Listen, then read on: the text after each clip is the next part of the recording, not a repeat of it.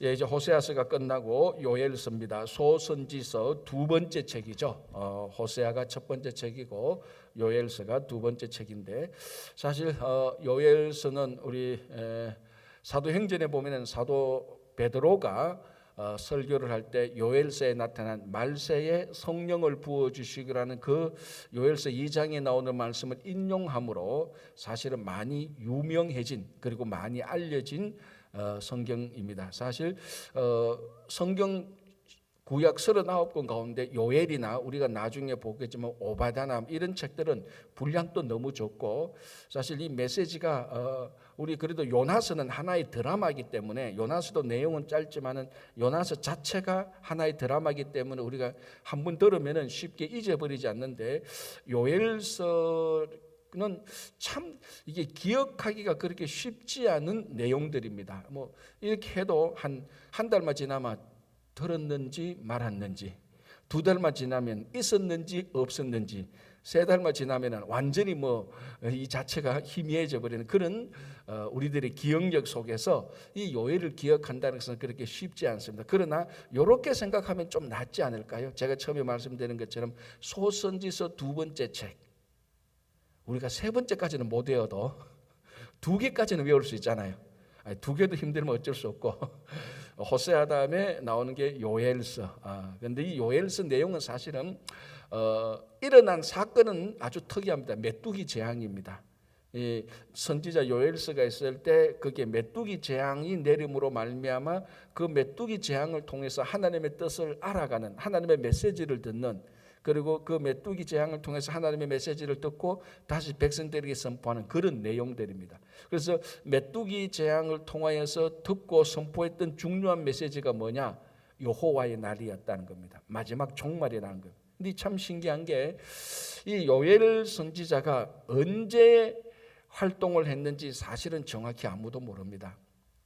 왜냐하면 이 요엘서를 연구하는 사람들에 따라서 한 세 부류, 네 부류로 나눠서 요엘 선지자가 어느 때 사람이다라는 것을 각각 주장하는데 각각 다 일리가 있습니다. 근데 이 성경이라는 것이 이제 가끔 이제 새신자들하고 성경 공부하고 이렇게 보면은, 아니 어떨 때는 50년 되신 분들도, 신앙생활 50년 되신 분들도 성경이 우리가 마치 교과서처럼, 우리가 교과서라면은 예를 들어서 우리 역사 교과서를 보면 언제, 어디서, 누가, 왜, 그러니까 OW1H 원칙에 의해서 역사가 쫙 기록됩니다. 그러니까 역사는 쭉 공부하면은 이게 언제, 어디서, 왜, 무슨 일이, 누가 어떤 일을 했다는 것을 어떻게 했다는 것을 알 수가 있습니다. 역사는 공부하면은 그게 체계가 들어오는데, 성경의 책은 역사책이, 역사를 기록한 책이지만, 역사가 기록한 책도 많지만은 이게 역사책을 기록하듯이 그렇게 기록한 책이 아닙니다. 그래서 언제, 어디서, 무엇을, 왜, 여기 이런 것들이 정확히 기록되지가 않은 책들이 많아요. 특별히 요엘서 같은 경우는 자 1절 보십시오. 버두엘의 아들 요엘에게 임한 여호와의 말씀이니라. 2절 늙은 자들아 너희는 이것을 들을지어다. 자, 이것을 보고 그리고 앞에 안에 내용을 보면서 버두엘의 아들 요엘이라는 오늘 요엘이라는 선지자가 이 말씀을 했는데, 우리가 알 수 있는 정보는 하나밖에 없습니다. 무엇입니까? 버두엘의 아들이라는 것밖에 없습니다. 이 사람이 남자인 줄은 알겠죠. 아들이니까. 이 사람이 지금 이 말씀을 할 때 나이가 몇 살인지, 왜 이 말씀을 했는지, 물론 이제 그거는 메뚜기 재앙을 통해서 알 수 있지만 어디에서 살았는지, 언제 살았는지. 자, 우리가 어떤 한 사람의 배경을 안다는 것은 두 가지를 알아야 됩니다. 언제, 어디서. 그렇잖아요. 시대가 언제냐, 그리고 어디 살았느냐. 그 두 가지가 가장 중요한 배경인데, 이 요엘을 쭉 읽어보면 어디서라는 것은 좀 알 수 있습니다. 이 사람이 남유다의 선지자라는 것은 모든 이제 연구한 사람들이 다 일치합니다. 남유다에 있었던 선지자구나. 북이스라엘이 아니고, 그렇다고 바벨론이나 아수르에 있었던 것은 아니고. 근데 제일 중요한 것은 언제냐는 겁니다. 이 사람이 언제 있었지? 왜? 언제를 알아야 그 시대를 알아야 가장 이제 그 메시지를 듣기 좋은데, 요엘은 사실은 거기에 관하여서 정확한 인포메이션을 우리들에게 주지 않습니다. 그러나 쭉 이제 전문가들이 오랫동안 연구를 해보니까 몇 가지 중에 하나가 다, 그 중에 이제 가장 많은 사람들이 주장한다고 말하는 게 이제 두 가지가 있습니다. 첫 번째는 기원전 9세기 때 사람이었다. 아니면 시대를 확 당겨서 기원전 5세기 때 사람이었다. 이렇게 말합니다. 자, 우리가 들을 때는 뭐 기원전 5세기나 기원전 9세기나 우리한테는 뭐 기원전은 다 그때 우리말은 다 똑같은 시대로 봅니다. 2000년 전 이전의 시대니까. 그러나 우리가 성경을 보면은 그 100년, 30년, 50년마다 중요한 사건들이 엄청나게 많이 있었잖아요. 이게 기원전 9세기 때라면은 남유다의 언제적 왕이냐가 하면은 이제 요아스 왕 때였다라고 보는 겁니다. 또 기원전 5세기로 쭉 가면은 느헤미야가 성벽을 다 재건하고 난 다음에 또 그때 사람이었다. 이 한 400~500년 차이가 나도록 이 사람을 보는 겁니다. 그러니까 이게 얼마나 혼돈스럽겠습니까? 그러나 우리가 이제 어느 한 흐름을 잡는다면 굳이 제가 오늘 설교자로 썼으니까 이 설교자가 볼 때는 사실 확실히 않지만 그래도 기원전 9세기 때 남유다의 요아스 왕 때의 선지자였다고 보면은 훨씬 더 좀 이해하기가 쉽겠다라는 그런 생각이 납니다. 자, 어쨌든 그렇게 이제 시대가 좀 어렵지만은 분명한 것은 메뚜기 재앙이 있었던 시대였다라는 것이죠. 그러면 뭐 구약 역사에서 메뚜기 시대가 한 번밖에 없었겠느냐, 그런 게 아니라 몇 번 있었죠, 그죠? 자, 요 정도까지 이제 우리가 배경을 말하고 한번 보겠습니다. 1절, 버두엘의 아들 요엘에게 임한 여호와의 말씀이니라. 이제 요엘의 아버지 이름은 버두엘입니다. 자, 여기서 엘이 뭐였죠? 엘이 엘로힘이었거든요. 그 엘로힘은 하나님이란 뜻입니다. 하나님. 그러니까 여러분 이 구약 성경에 엘이란 이름이 엄청 많이 들어가요. 엘리야, 엘리사, 요엘, 오늘 또 버두엘, 또 무슨 엘이죠? 사무엘. 와, 대단합니다. 그러니까 이런 엘이라는 이름은 전부 다 자기 이름에 하나님이 들어가 있다는 그하고 똑같습니다. 굉장히 자기 신앙적인 고백, 아니 자기가 아니고 어떻게 보면 자기 부모의 신앙적인 고백이 들어가 있는 거죠. 자, 2절 보겠습니다. 늙은 자들아 너희는 이것을 들을지어다. 자, 첫 번째 나오는 단어가 늙은 자들, 우리말 노인네들아, 노인들아 이것을 들을지어다. 왜 먼저 노인들에게 이것을 들으라고 말하겠습니까? 왜 노인들에게? 이건 이제 뭐 이유는 없지만은 쭉 보면은 첫 번째 여기서 노인들이라는 것은 지금 살고 있는 그 시대의 책임자들입니다. 그렇죠. 과거에 이 노인네들이 젊었을 때, 젊은이들 때 어떻게 살았기 때문에 현재 이 모양이 돼가 있거든요. 그러니까 누가 무슨 소리를 해도 지금 이 시대의 젊은이들이 타락했니 부패했니 시대가 왜 이 모양이니? 저는 가끔 어른들이 그런 얘기할 때는 속으로 그거 이 시대 어른들 당신들이 만들었잖아요. 당신들이 과거에서 그렇게 살았기 때문에 당신들이 과거에 자녀를 그렇게 교육시켰기 때문에 지금 이 시대에 살은 것을 책임자들은 사실은 노인네들입니다. 그 시대가 참 아름답고 살기 좋으면은 그 노인네들이 과거에 잘 살았다는 표시고 이 시대가 타락하고 부패하고 힘들었다는 것은 과거에 뭔가 모르게 썸씽롱이 있었다는 겁니다. 그러니까 그 시대의 책임자들은 젊은이들이 아니고 노인네들이에요. 그래서 늘 이런 말 있잖아요. 뭡니까?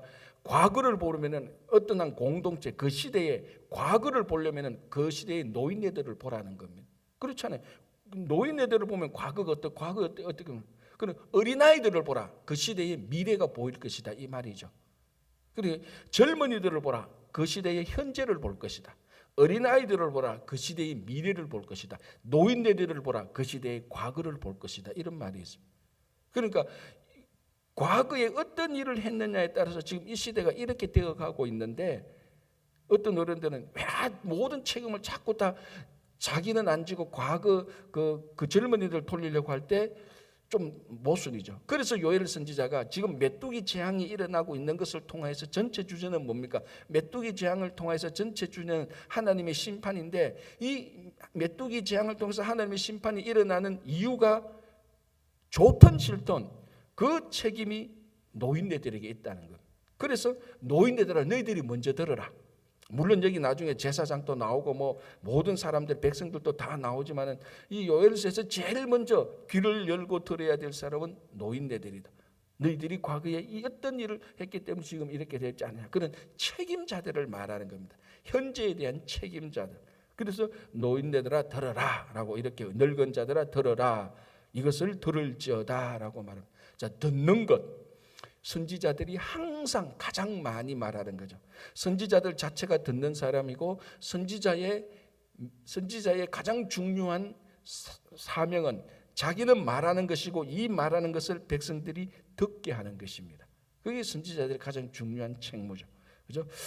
그래서 이것을 들을지어다라는데 또 하나 노인네 늙은 자들을 먼저 언급한 이유는 이해요. 제가 이제 약간 눈곱만큼씩 약간 알아가는 것 중에 하나가 있는데 연세가 들면 들수록 듣는 게 부족하다는 겁니다. 대신 연세가 들면 들수록 가르치는 것은 많아지죠.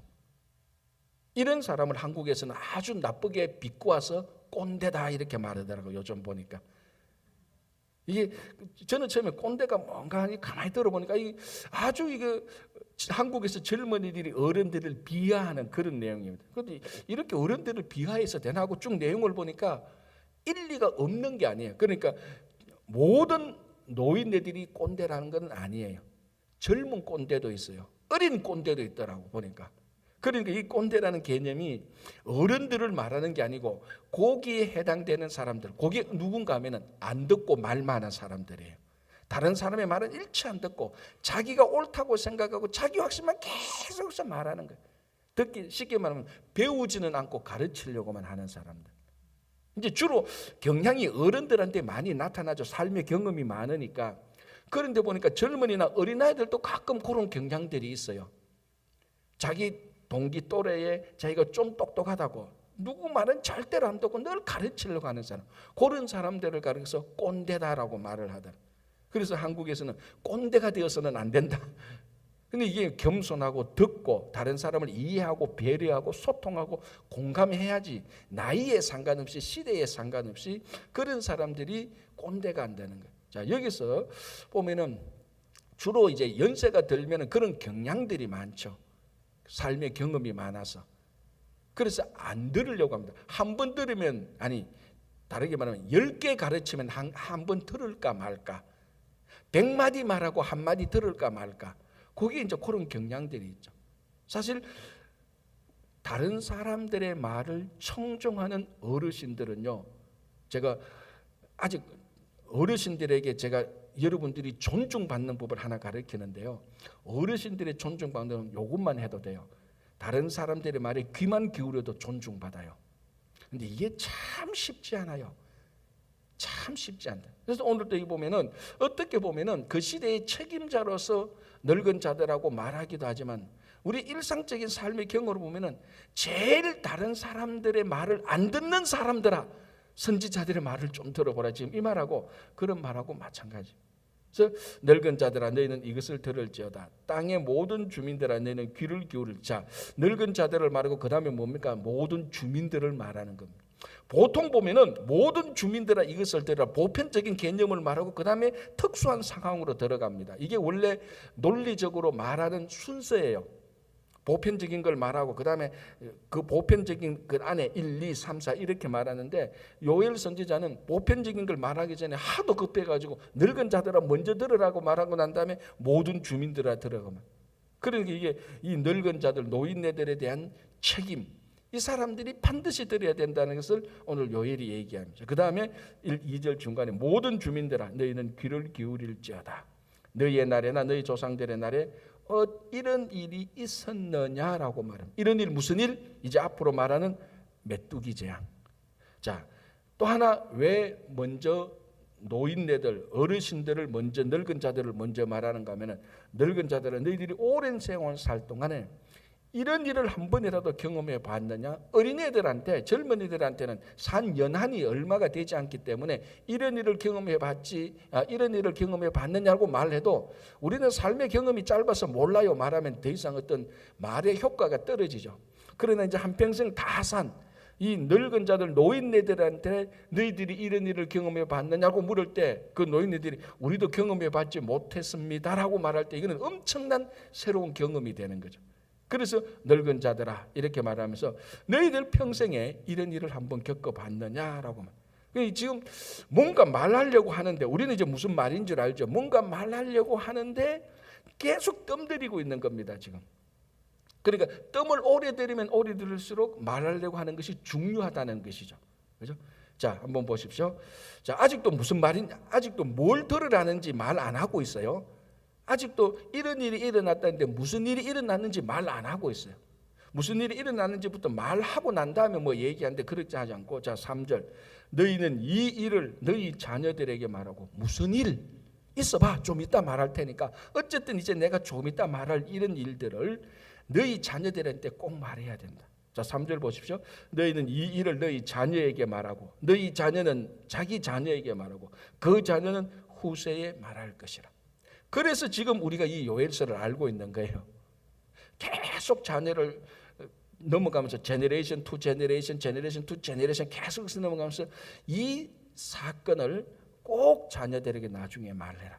그리고 이 사건을 통해서 나타난 하나님의 메시지를 꼭 자녀들에게 알게 하라.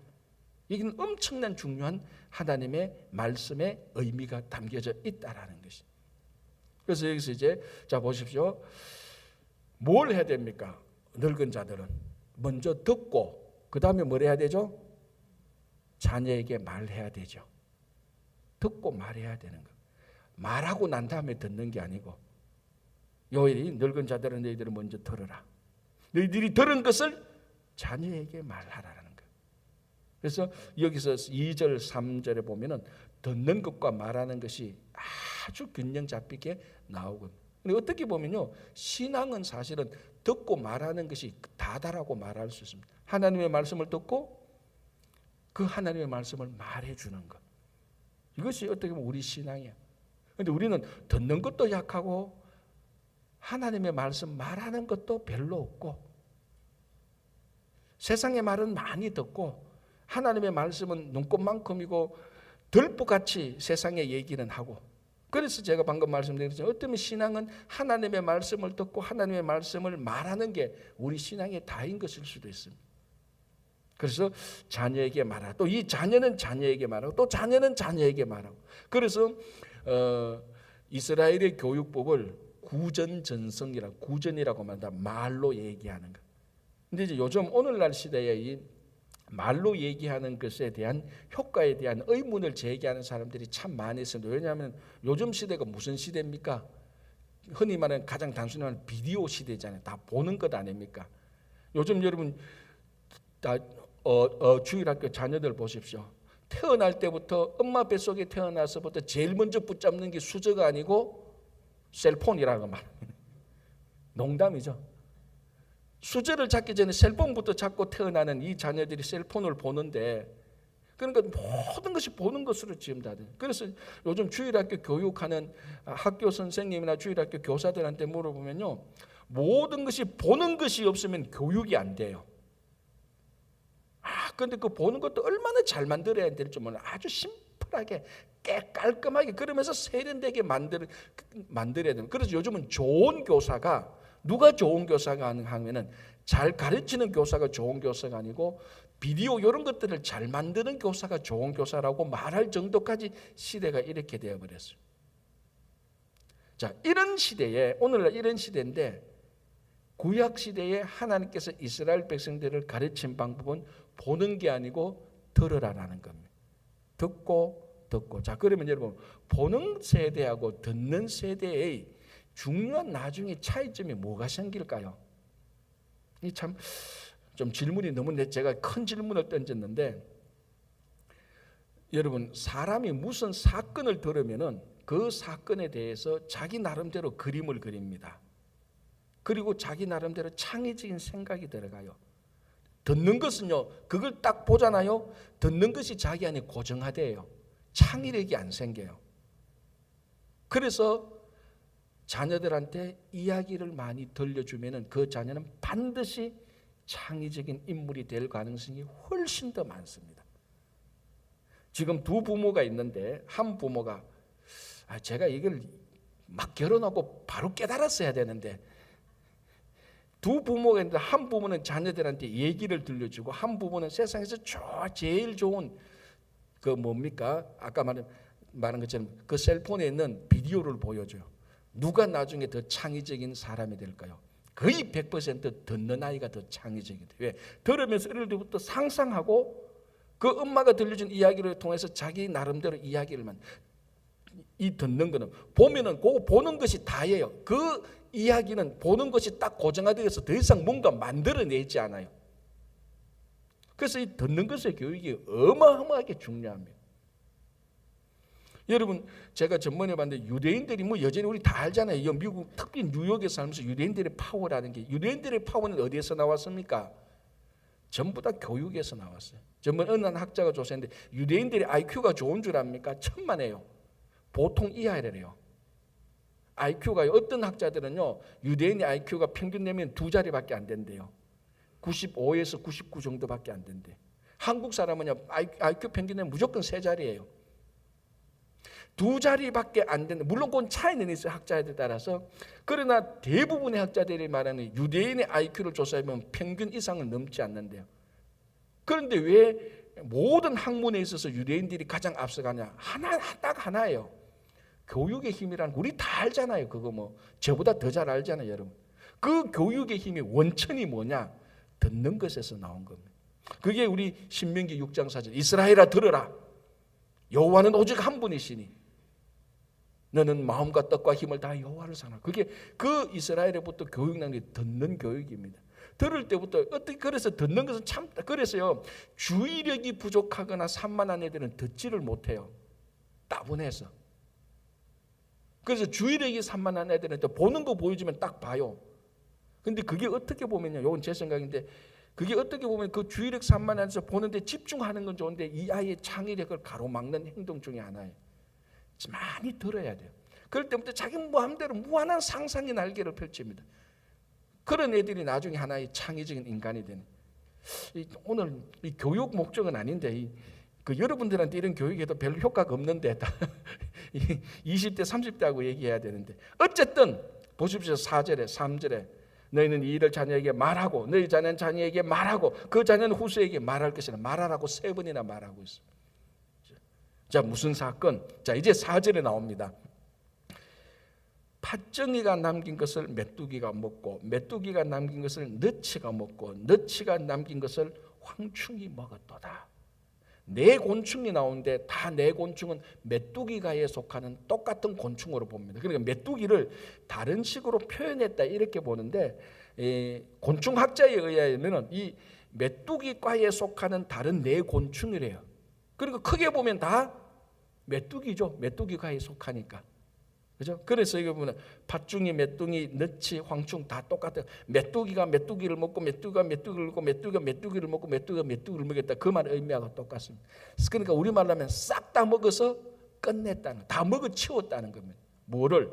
이제 그거 나오면 이제 5절, 6절, 7절, 8절, 9절 쭉 보면은 메뚜기 재앙이 와서 그 나라의 남유다의 모든 식물을 다 긁어 먹었다는 겁니다. 한국에는 이런 이제 메뚜기 재앙 같은 것이 거의 없기 때문에 우리가 실감이 안 나는데, 중동 이쪽은요, 이런 메뚜기 떼가 한 번씩 종종 덮친대요. 그러면 메뚜기 떼가 날아오면은 어둠이 덮친대. 얼마나 메뚜기가 많은지 하늘을 다 덮어버린대. 붉은 대낮이 어둠이 되어버린대. 짙은 먹구름이, 그 짙은 먹구름이 하늘에 덮치면은 그 대낮인데도 어두워지잖아요. 그것처럼 메뚜기가 상상할 수 없을 정도로 메뚜기가 검은 먹구름처럼 온 하늘을 다 덮는다는. 여러분, 그게 얼마나 공포스럽겠습니까? 그래가지고 이 땅에 와서 모든 농작물을 다 먹어치우는데 지나가고 나면 남는 게 하나도 없는 거죠. 지금 요엘 선지자 때 그런 재앙을 당하는 겁니다. 이게 그러니까 이렇게 표현합니다. 코로나 팬데믹이 아니고 무슨 팬데믹? 메뚜기 팬데믹을 당한 거예요. 그 유다 전체에 메뚜기 팬데믹을 한번 닥치니까 남는 게 하나도 없습니다. 그래서 이제 5절, 6절, 7절, 8절, 9절 보면 우리가 곡식에서 이 밭과 논에서 거둘 채소도 없고 곡식도 하나도 없게 되는 엄청난 재앙을 당하는 겁니다.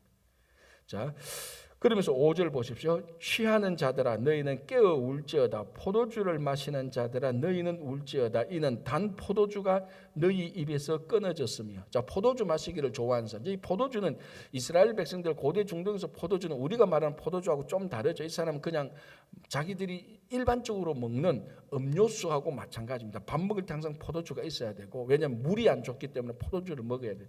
근데 이 포도주도 이제는 너희들이 다 끊어졌다. 왜? 메뚜기가 덮쳐서 포도를 다 먹어 치웠으니까 포도주를 담을 포도가 없습니다. 이 말은 뭐냐면 자기들이 식료품이 중요한 식료품이 공급받는 음식이 끊어졌다는 말하고 같은 의미입니다. 그래서 너희들은 울지어다 탄식하라. 이제 곧 종말이. 그런 이런 사건들을 통하여서 이 요엘은 종말적인 사건을 보는 겁니다. 이 자연적인 현상을 통하여. 자, 그래서 한번 쭉 넘어가십시오. 15절을 보시기 바랍니다. 슬프다 그날이여 여호와의 날이 가까웠나니 곧 멸망같이 전능자에게로부터 이르렀다. 이 선지자가, 여러분 왜 선지자를 선지자라고 말하는가 하면은 일어나는 삶의 현상 가운데서 하나님의 뜻을 들을 줄 아는, 발견할 줄 아는 사람이 선지자예요. 이 시대에 그 메뚜기 재앙을 통하여서 하나님의 날, 종말, 마지막 날이 가까웠다는 것을 인식했습니다. 이런 인식감이 있는 것이, 이런 감각이 있는 사람이 선지자예요. 그러니까 쉽게 말하자면 일어나는 자연 현상 가운데 하나님의 임박한 뜻이 무엇인가를 알아채버린 겁니다. 그게 요엘 선지자예요. 자, 그러면은 오늘날 우리들에게 일어났는데 코로나 팬데믹을 통하여서도 하나님의 임박한 뜻이 무엇인가를 모르고 흥청망청하는 사람은 그것만큼 무딘 사람은 없습니다. 이런 팬데믹을 덮쳐도 하나님이 우리에게 주는 경고의 메시지를 듣지 못하고 이 코로나 팬데믹을 거치면서도 가정이나 교회 공동체가 변하지 않았다? 그건 앞으로 더 이상 가능성이 없는 거예요. 더 이상 가능성이 없어요. 제가 늘 하지만 지금 일어났던 세계 제1차, 2차 대전도 팬데믹은 아니었어요. 세계 대전이라고 이름은 붙였지만, 그러나 코로나 팬데믹이 있습니다. 전 세계에서 일어났다는 이런 일들을 통하면서도 하나님의 임박한 경고를 듣지 못하고 그 경고를 듣고 내 개인적인 삶이 변하지 않고 교회 공동체와 그 사이가 변하지 않았다. 그 다음에 뭡니까? 하나님이 안 되는구나, 이거 안 되는구나. 하나님의 심판의 한계성을 넘어가는, 이렇게 해도 팬데믹을 줘도 안 되는구나. 그 다음에 뭡니까? 그 다음에 심판 외에는 없어요. 그게 성경이 말하는 그 외에는 없어요. 아무것도 없어요. 그걸 이미 지금으로부터 2900년 전에 메뚜기 재앙을 보면서 우리들이 오늘날 깨닫고 있는 이걸 요엘 선지자가 벌써 하나님의 그 뜻에서 발견했다는 겁니다. 그러니까 이런 사람들이 선지자죠. 그래서 이런 사람들의 메시지를 들어야 되는 겁니다. 왜? 하나님이 이런 사람들을 써서 하나님의 말씀을 전해주니까. 그래서 여호와의 날이 가까웠으니, 또 이 말을 나중에 듣고 약 900년 전에 사도 베드로가 요엘서를 읽으면서 그게 그때 일어났던, 이제 나중에 또 그 종말 때 하나님께서 해주는 환상, 성령 이런 것들이 나타나, 그걸 또 사도 베드로가 듣고 그 시대에 종말의 때가 가까웠으니 하나님께서 우리에게 성령을 주신데 그 성령을 너희들이 받아라고 사도 베드로가 얘기하는. 그러니까 이 선지자나 사도라는 사람들이 우리가 말로 하는 다 그만한 영적 각성이 있었고 영적 뛰어남이 있기 때문에 그런 겁니다. 선지자는 되고 싶고 사도는 되고 싶고 좋은 사람은 되고 싶고 영적으로는 아주 멍청하고, 그러면 자기만 괴로운 거예요. 아니, 이런 사람은 자기가 괴로운 게 아니고 옆에 사람이 괴로워요. 사실은 자기는 자기 환상에 빠지고 자기가 선지자인 것처럼 사도처럼 자기 착각에 빠지는데 옆에 사람이 미치는 거예요. 그러니까 우리가 말하는 선지자, 사도들, 이런 사람들은 그 안에 하나님께서 주신 특별한 그 메시지를 들을 줄 아는 영적 깨우침이 있었던 사람들입니다. 그렇죠? 자, 이제 여기 한번 보십시오. 7, 8절 너희는 처녀가 어렸을 때 약혼한 남자로 말미암아 굵은 배로 동이고 애곡함 같이 할지라. 자, 이 재앙이 닥칠 때 얼마나 슬픔이 임할 것이냐. 처녀가 약혼을 했는데 결혼을 못한 결혼을, 그러니까 약혼과 결혼 사이 1년 동안의 기한이 있잖아요. 약혼은 했는데 약혼한 남자와 결혼하기 전에 자기 남편이 먼저 죽어버렸어요. 요걸 이스라엘 사회에서 가장 슬픈 사람들의 부류로 치고 있습니다. 결혼하기 전 약혼 상태에서 남편이 배우자가 죽어버리는 거 엄청난 슬픔의 표시로 받아들이는데 이 슬픔을 바로 오늘 메뚜기 재앙이 일어나서 그 곡식물을 먹어 치울 때 그만큼 너희들이 애곡하게 될 것이다. 그러니까 최고로 슬픈 날이 될 것이라는 겁니다. 최고로 슬픈. 자, 9절을 보시기 바랍니다. 소재와 전제가 여호와의 성전에서 끊어졌고 여호와께 수종되는 제사장은 슬퍼하도다. 자, 이 곡식이 끊어지면은 이게 백성들이 먹는 것이 부족해서 힘든 것도 있죠. 일단 의식주 가운데 식이 안 되니까 엄청 힘들 겁니다. 포도주도 끊어지고 먹는 곡식도 없어지고 이제 땅 속에 있는 거 캐 먹어야 되겠죠, 그죠? 그 정도로 극단적으로 어려운 상황도 있고 또 하나 중요한 것을 요엘 선지자가 말합니다. 너희들은 하나님께 제사를 드리지 못할 것이다 말합니다. 왜? 왜 제사를 못 드리죠? 그렇죠. 제사를 드릴 때는 반드시 예물을 드려야 되는데 드릴 예물이 하나도 없어. 메뚜기가 와서 양도 다 잡아 먹어버렸고 메뚜기가 와서 곡식도 다 먹어버리니까 하나님께 빈손으로 나가지 못하고 하나님께 뭔가를 예물을 드리고 나가야 되는데 드릴 예물이 없어요. 그러니까 하나님께 제사를 못 드리는 겁니다. 이게 얼마나 또 비참한가를 말하는 겁니다. 자, 이럴 때는 어떻게 해야 됩니까? 하나님께 나가서 하나님께 성례를 드리고 제사를 드리고 하나님 우리가 잘못했을 때 회개해야 되는데 회개하려고 성전에 나갈 것도 없고 모여봤자 하나님께 제사 드릴 예물이 없다는. 물론 하나님은 예물 없이 나오는 가난한 심령으로만 나오도 그 제사를 받아들이죠, 그죠? 그러나 여기서는 그걸 말하는 게 아니고 너희들이 심판을 받아서 드릴 예물조차도 하나님께서 허락하지 않는다. 이 말은 뭡니까? 제사도 허락하지 않았다는 말하고 똑같습니다. 그만큼 이 메뚜기 재앙 하나로 인하여서 그 유대 공동체 사이에 번지는 결과들을 나타내주고 있어요. 하나님께 제사를 드리고 싶은데 예배를 드리고 싶은데 예배를 못 드려. 코로나 팬데믹에 경험했는 거하고 비슷하지 않나요? 하나님께 예배를 드리고 싶은데 집에서 나오지를 못해. 교회 문은 다 문 닫아 걸었어. 그래도 하나님께서 얼마나 은혜를 베풀어서 우리는 영상을 통해서 예배 다 드릴 수 있도록 해줬잖아요. 그러니까 요엘 시대에 메뚜기 재앙, 메뚜기 팬데믹이 일어났는 거나 오늘날 우리 코로나 팬데믹이 일어난 거나 그 흐름을 가만히 보면 흐름이 굉장히 유사한 게 많아요. 그래도 지금이 더 은혜로운 것은 우리는 그래도 신약 시대에 나갈 때 하나님께서 예물을 받기보다는 우리의 가난한 심령을 받고 또 영상을 통해서 우리가 집에서도 예배를 드릴 수 있고 이 은혜의 감사함을 우리는 가지고 있어야 돼요. 사실 어떻게 보면은 오늘날 일어났던 일을 요엘 시대로 쭉 가면은 메뚜기 재앙 당했는 거하고 마찬가지일 수도 있는 겁니다. 그러나 하나님은 우리에게 또 예배 드릴 수 있도록 그리고 또 이제는 거의 막바지에 이를 수 있도록 또 하나님께서 인도해 주신 것이 얼마나 감사한지 모릅니다. 자, 그래서 보겠습니다. 마지막 19절. 그럼 이 일을 어떻게 해결할 것이냐? 방법은 하나밖에 없습니다. 19절. 여호와여 내가 주께 부르짖으오니. 이겁니다. 바로. 딱 하나밖에 없습니다. 하나님께 부르짖는 것밖에 없습니다.